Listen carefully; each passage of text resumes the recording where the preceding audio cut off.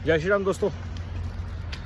आज़ादी से लेकर के आज तक कभी आपने सोचा है कि किसी भी गांधी की नेचुरल डेथ क्यों नहीं हुई?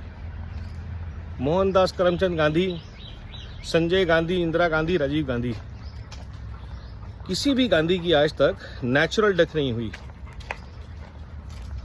एक गांधी का यूज़ करके देश का पार्टीशन कराया गया, उसके बाद उस गांधी की हत्या हो जाती है। एक गांधी से नसबंदी प्रोग्राम और देश में अराजकता फैलवाई गई, उसके बाद उसकी हत्या हो जाती है। एक गांधी पंजाब के हालात ख़राब कर देता है और उसके बाद उसकी हत्या हो जाती है। एक गांधी IPKF करता है, बोफोर्स करता है और उसकी हत्या हो जाती है। तो एक पैटर्न दिखता है जहाँ पे एक अराजकता के लिए गांधी अपना योगदान देते हैं या उनका योगदान लिया जाता है और उसके बाद उनको रास्ते से हटा दिया जाता है। तो ये कोई बहुत ही अजीब सी प्राकृतिक चीज़ है या कॉन्स्पिरेसी है? ये एक सोचने वाली बात है कि क्या गांधी नाम के लोगों की, नेताओं की देश में किसी भी बड़े एपिसोड के बाद सिर्फ हत्या होगी? Why no Gandhi ever died a natural death? उसका एक बहुत बड़ा उदाहरण निकल के आता है या एग्जाम्पल निकल के आता है कि अराजकता जब भी देश में बड़े लेवल पे फैली है, उसके पीछे हमेशा कोई ना कोई गांधी रहा है। चाहे वो पार्टीशन की अराजकता हो, चाहे वो इमरजेंसी की अराजकता हो, चाहे वो पंजाब की अराजकता हो, चाहे वो तमिलनाडु में तमिल ईलम की अराजकता हो। तो जब जब गांधियों ने अराजकता को जन्म दिया है, अराजकता को एनकरेज किया है, देश के अंदर आतंकवाद को बढ़ाया है, तब तक उनकी हत्या हुई है।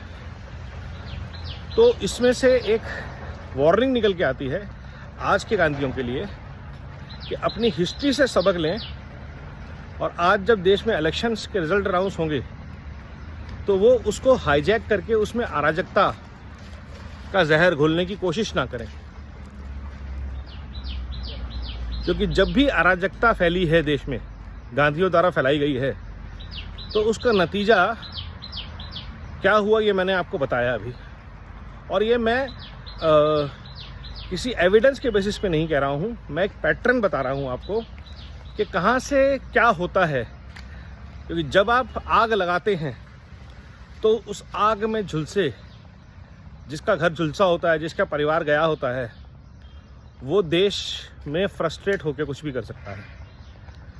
तो गांधी जी और उनके आज के अनुयायियों से अनुरोध, देश में अराजकता को एनकरेज ना करें, खूनी पंजे को दोबारा ना बाहर निकालें अपने। भारत प्रगति की राह पे चलने को तैयार है। भारत एक भारत श्रेष्ठ भारत के मंत्र के साथ आगे बढ़ने को तैयार है। कोशिश कीजिए कि आप अपनी जो प्राकृतिक अवस्था है अराजकता की, लूट झूठ और फूट की, उससे आज इलेक्शन के रिजल्ट आने के बाद दूर रहने का प्रयास करें। क्योंकि उसके बाद जो होता है वो आज देश को नहीं चाहिए। ना हमें 84 के दंगे चाहिए, ना हमें साउथ में अनरेस्ट चाहिए, नॉर्थ ईस्ट में अनरेस्ट चाहिए, ना हमें पंजाब में अनरेस्ट चाहिए, और ना ही हमें हिंदू मुस्लिम खून की होली चाहिए। ये विचार बहुत गहन है। अगर ज़रूरत पड़े तो गांधियों को उनके ही अराजकता से बचाने के लिए अगर कहीं सुरक्षित रखना पड़े तो वो रखा जाए। वंदे मातरम, नमो भारत, जय हिंद।